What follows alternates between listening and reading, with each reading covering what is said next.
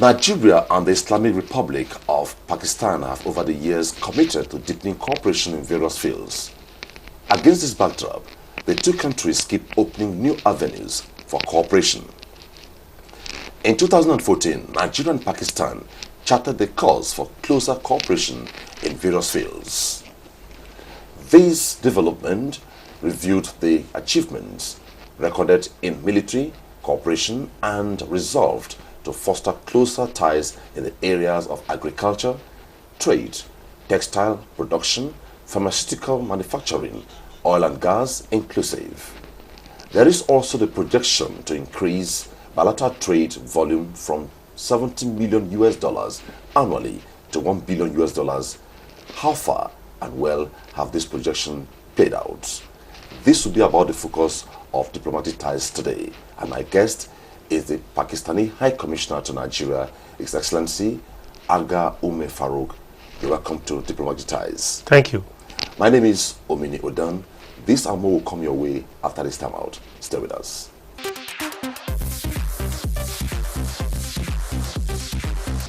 So, you heard my opening. 2014 to now. How far are we now? When I evaluate the Pakistan-Nigeria cooperation and goodwill, I classify them to three periods.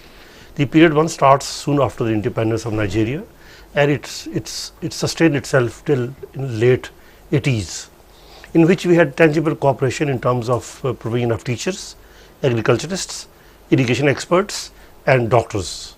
Some very well chalked out tangible plans were there. Our doctors not only came and they manned the most hospitals, but also provided all the healthcare facilities, including the pharmaceutical products.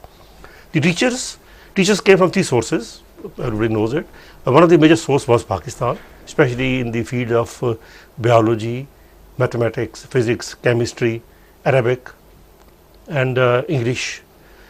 They did a great job. When I meet the various dignitaries in Nigeria today, I see each one of them referring to at least one Pakistani teacher in their lifespan that they were educated, right from the president of Nigeria today to most governors and senate members that I met.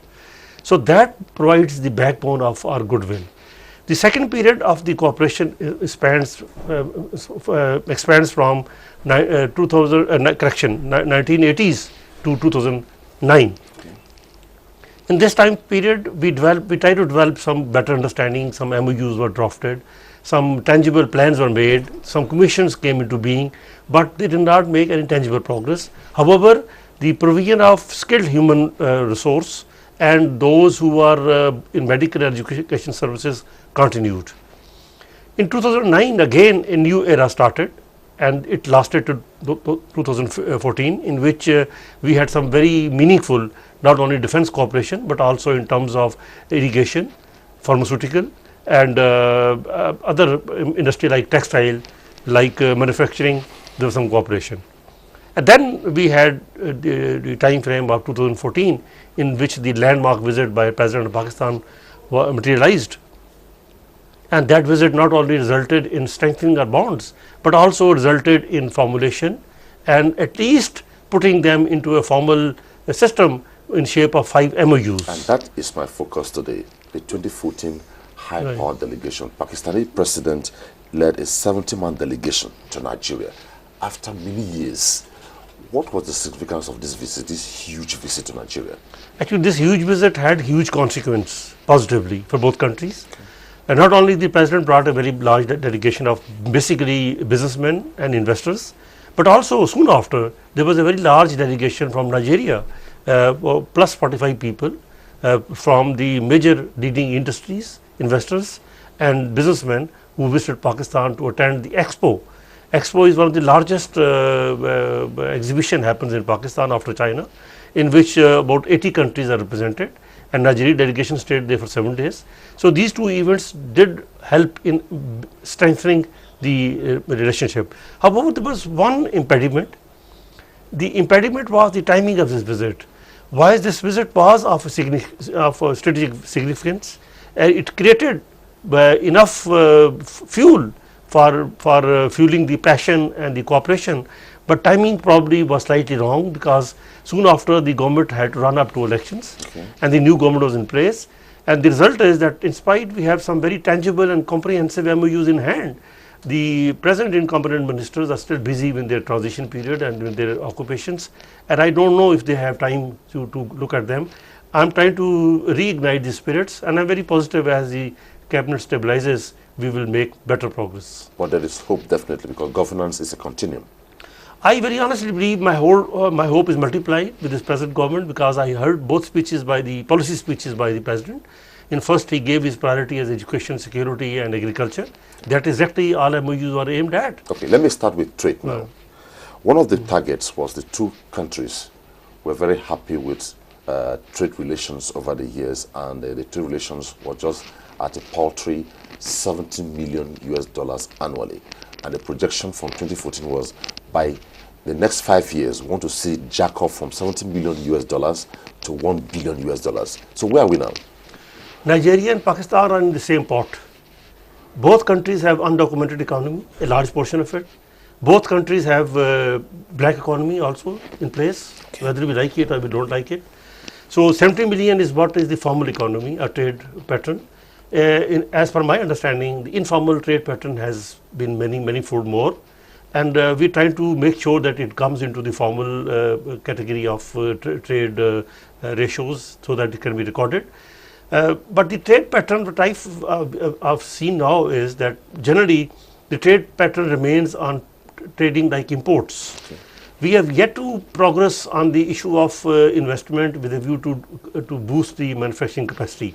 And that's my focus too, because I very honestly believe President Buhari's vision on his second speech, when he said they even wanted to have Nigeria self-sufficient in defense production. And these two visions that the president has outlined are absolutely in line with what Pakistan is committed to Nigeria, is to be able to share progress, share development, and through the share manufacturing. Okay, since May 29, 2015 to now, is it not enough time maybe to start moves towards actualizing this? I think there are some moves in hand, and there are some progresses. But if you ask me very honestly, right now the Nigeria is also going through an economic period in which there are not only the crude oil challenges, but there are also other challenges to bring back the agro-based economy. Pakistan certainly has a much better small industry scale and platform, and Pakistan has a lot that not only can contribute in boosting the small scale industries, cottage industries, including defense industry in Nigeria. And I'm very honestly, I'm also looking forward to second delegation visiting Pakistan this year in May, which will be targeted at pharmaceuticals, textiles, machinery, both agro-farming machinery as well as the other manufacturing machinery requirements, and as well as other products that the Nigerians are interested. So this delegation will be able to make a better headway this year. One of the areas that the bilateral agreements were signed was on military cooperation and prisoner transfer agreements. And I know definitely, given the insurgency challenges Nigeria had recently, have you guys done anything? Have you assisted anywhere? I will first of all take on the second part of your question, that is regarding this proposed agreement, which was for not only prisoner exchange but also protocols regarding the ease of traveling between two countries and the immunity to at least those carrying official or the diplomatic passport. These both MOUs are still under consideration. They haven't been signed finally by both governments. So I think both governments probably went slow on it because they both got probably engulfed with the economic crisis and this emerging security situation in post 9/11 world. So both countries have similar challenges, similar opportunities, but the progress did not take place. Okay, in terms of military, did you guys come to the rescue of Nigerians with regards to when we're looking for assistance? I think that is the most satisfied area, in my opinion, between these two nations. And it doesn't start only with Boko Haram. It started right soon after when the Nigeria got independence. And Nigerian students and officers and cadets regularly have been going to Pakistan. Even I have my batch mates and classmates who were with me, who trained here. I still play golf with them here now. Many of them rose to the 4-star ranks in the Nigerian military forces. So it was generally on training. However, as regards equipment, ammunition, and other tangible means to boost the defense and security capability, there is still negotiation going on. And of late, Pakistan has offered a very big initiative to Nigeria, exactly in line with the President Buhari's vision when he said that Nigeria must be able to be self-sufficient in its own defense production. And I sent a delegation to DICON, and I am now sending this delegation to Pakistan also to visit Pakistan Ordnance factories, which is one of the most successful models in Asia.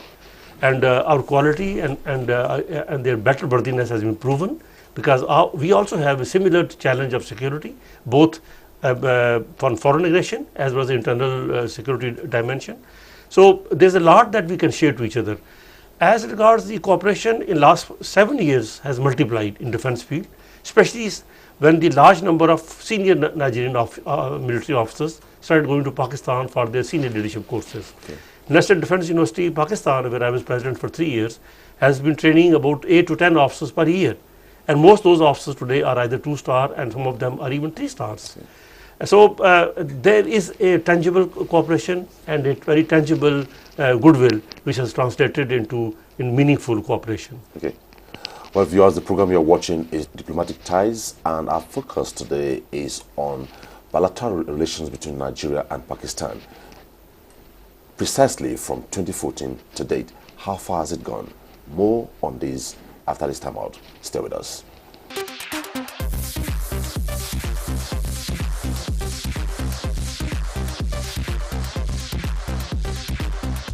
You talked about President Buhari's commitment to reshaping the nation's economy since he came on board in 2015.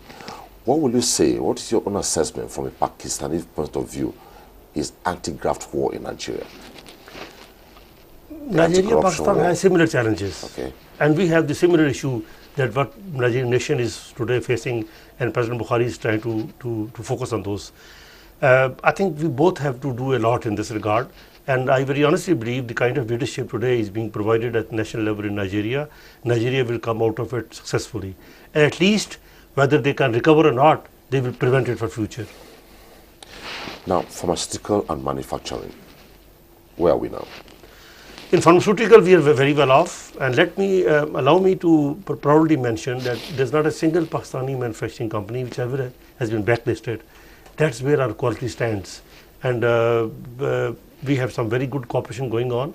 Pakistani drugs in the market carry a very, very good reputation. You talk to people on the street, and they will have very clear perceptions on kind of drugs which are sold sometime. NAFDAC has done a great job, and Pakistan is fully committed to make sure that this human safety and human health value dimension must not be regarded as a second priority. And we are committed to not only initiate new joint manufacturing initiatives, but also make sure that we help NAFDAC to achieve the vision of a quality medical care, especially pharmaceutical services. Not aiding and abetting the bringing into the country of fake drugs, right? I don't want to mention that country's name, but I'm sure it's on the streets. You can talk to anyone.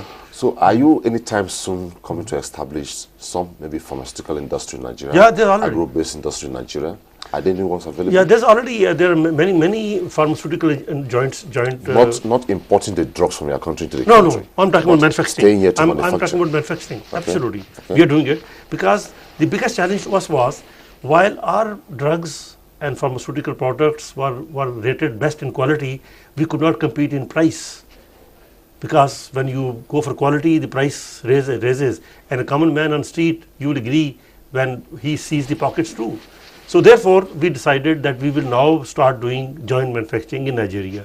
And my country, I can assure you this, is not looking forward to create warehouses here where people come and pack here and sell it by name of made in Nigeria. We will make in Nigeria, because that's the only way we both can benefit and progress. You have been in Nigeria for 8 months now? Okay. Is it 8 months? Plus, 8 months okay, plus, precisely, okay. Right. And maybe, what is your perception of Nigeria? My perceptions of Nigeria comes from tangible observations. I will not go on my street perceptions or my perception of meeting people, both at the higher end of the society or the lower end of society. My perception of Nigeria is based on those universal factors in which you rate a nation. Those factors are known as elements of national power. And those elements of national power are, let me name them: demography, geography, people, education, a technical base, agriculture, resources, and human resource. So when you see those 9 to 10 basic elements of national power, you can rate any nation accordingly. And there your personal observations and personal perceptions which sometimes are negative, sometimes may not be so positive, will not overwhelm your thinking. So when I evaluate Nigeria both as a society and as a nation, and then I come to its statehood, is based on these factors. And I can see Nigeria not only with a great future, but also a naturally gifted nation to be able to lead the overall Nigerian dream of Nigeria, and Africa is the future of the world. You didn't mention democracy here. Yes, I certainly like to mention that democracy as well as the secularistic values. These two, both, not only democracy only, because democracy certainly has much stronger roots in Nigeria now. And at the same time, I have gone through the curriculum both at the secondary school level, at the college and university level, and I've seen people across the spectrum. I met people of communities and religious groups, and I can very honestly believe that Nigeria is setting a very good standard of true secularistic values. Okay. And I was there in Cross River State and River State very short time before, during the Christmas time, and I was trying to understand the South and the East. And I interacted with a lot of people, with think tanks too. I met some angry youth too, who had observations on North and South, or East and West, or East and South, North. My answer to them was, you have reason to say that East or South can be like Dubai, like Singapore. But Singapore, Dubai, both are only economic hubs, but they're not economically sovereign. Whereas whether it's a Cross River State, the River State, or any other state in East and South, they have all the ingredients to become Kuwait, Singapore, or Dubai. But then it will not be part of Greater Nigeria. Greater Nigeria is when you're together. You can be one of the tiny states of Africa if you want to make a choice. But if you want to look at a bigger dream and a bigger achievement, bigger recognition, and the lead role which naturally comes to Nigeria is to Nigeria keep together, go together. Understand diversity. You cannot remove diversity. Yeah. Diversity is the strength. Keep secularistic values, and I can see Nigeria emerging as the natural leader of the African dream. Okay. 70-man delegation to Nigeria in 2014 and the left. After 2014, how many came back to do business here? I think many came. And not only many came here. In a rough estimate about how many? Within 6 months of that time frame, there's a 45-man delegation from Nigeria went to Pakistan to participate in Expo. So that was a follow-up, and that has created a goodwill. For example, one major decision we took was to open a commercial consulate office in Lagos. Okay. That was also a follow-up of the same spirit, which has taken roots now. And I very honestly believe all these MOUs and initiatives and visits and cross-visits across will create the boost in the formal economy, and a trade figure that you mentioned would certainly go much beyond. And I can see year 2016 and 17 an year of decision and tangible progress in terms of that volume that we feel is not enough because of the goodwill, in spite of the goodwill. Are you making plans anytime soon to broker into cultural ties? We have in the cultural side, whether Nollywood is still leading industry in the world and one of the best in Africa, and social media certainly has great roots, and the cyber world, Nigeria has done great in that regards. Pakistan also has done some very, very great miracles in IT dimensions. And I'm one of those people who believes in the dimension of mind control. I'm from that school of thought who feels the soft power is the future, whether it's economic, cultural, or information warfare or information psychology. Nigeria already is cut for it. Nigeria already has got this base. Pakistan also has a base, but Pakistan's base is contested because there are other powers also with similar strengths. In case of Africa, Nigeria has a natural role, and Nigeria has a foundation which can boost in shape of soft power, not only in terms of media, but also in terms of culture, and promoting ideologies and ethics and values which can realize the great African dream. Okay, let me take you off Nigeria now. You hosted a dinner of delegates recently to mark Kashmir Day. What is the significance of Kashmir Day? What's the big deal about Kashmir Right, Day? this was actually a day celebrated to show solidarity with the Kashmiri people, and Pakistan is one of the parties to the conflict, but basically it's the solidarity with the people and the cause. This cause is on the UN agenda, and we are thankful to the Nigerian nation and states over the decades, which has always voted and supported this cause. Today, Nigeria is one of the non-permanent members of Security Council, and looking at its potential, Nigeria has all the wherewithal to be able to tomorrow claim the African representation of Security Council. So we wanted to just remind our communities here in Nigeria that Nigeria has always been not only supporting the cause, but has shown solidarity to Kashmiri people. So this day was celebrated exactly in line with the UN resolution on Kashmir, and the aim was that, keeping aside the propaganda, conflict, or the other vested interest of the other parties to conflict, we only focus on the voice of Kashmiri. And why I say so is because when I speak to Nigerian people that I invited, and Nigerian people who listen to me, I think there's nobody better nation in the world than Nigeria who understands the slavery, whether it's a physical slavery, as a mental slavery, economic slavery, or it's a cultural slavery. And if Nigerians or the other people of black origin were auctioned here and transported across the world, Kashmiris was also sold for 75 million pounds to one man, and so they were also had a bargain. So it was just to observe and mark the day, basically. Absolutely. So let me ask you, maybe as a last question. Imagine maybe I met His Excellency Aga Farouk in US, and for the first time I'll ask you, what's your perception about Nigeria generally, and what hope do we have for Nigeria in the next 3-4 years? What will you say? My hopes in Nigeria is based on 4 factors. Number 1 is democracy. Number 2 is literacy level, the education level. Number 3 is secularistic values. And number 4 is the natural resources and people. So that's exactly where I base my hope and value Nigeria's rise for tomorrow. With the kind of leadership is in place, the kind of realization people have, the kind of education base people have acquired over the decades, I can see Nigeria only emerging. Nothing stops it. Well, it has challenges, it has issues. It has issues of not only diversity, but also ethnic, racial, and ideological conflict pattern, which are everywhere there. You mentioned US. What US achieved was also due to diversity and conflicts. There's still people, north and south, there's still people talking about in shape of confederation or republican and all those factors put together. But fact of this, people come together when the leadership of the nation keeps the hopes alive. And the hope of Nigeria is one. That is, this is the leading nation of Africa.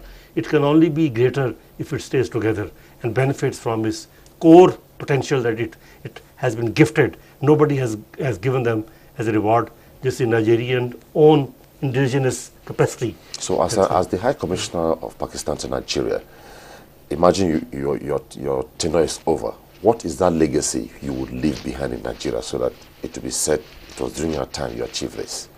My legacy would be that I was able to move across the barriers, move across those hiccups which hold up goodwills and tangible cooperation, and not only create bridges, but also an awareness in which both nations can understand that we have a similar culture, we have a similar psychology, we have similar challenges, we have similar issues, and we have similar opportunities. Okay. And I think what we can share together is progress and development only. We are not business partner. And I would not like to claim as a former High Commissioner that I promoted business.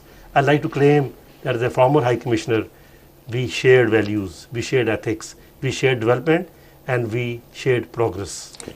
Well, that's where we wrap it up on Diplomatic Ties today. Our focus has been bilateral relations between Nigeria and the Islamic Republic of Pakistan. Our focus basically was on the 2014 agreements reached between the two nations, and it focused basically on agriculture, military relations, trade, and the big one was the plan by the two countries to jack up the trade volume from $70 million to about $1 billion annually in the next 5 years. My guest has been the High Commissioner of Pakistan in Nigeria, His Excellency Aga Umar Farouk. Thanks for coming on. Thank you for having and me. we believe that you'll be our guest as the need arises. Thank you. You're most welcome.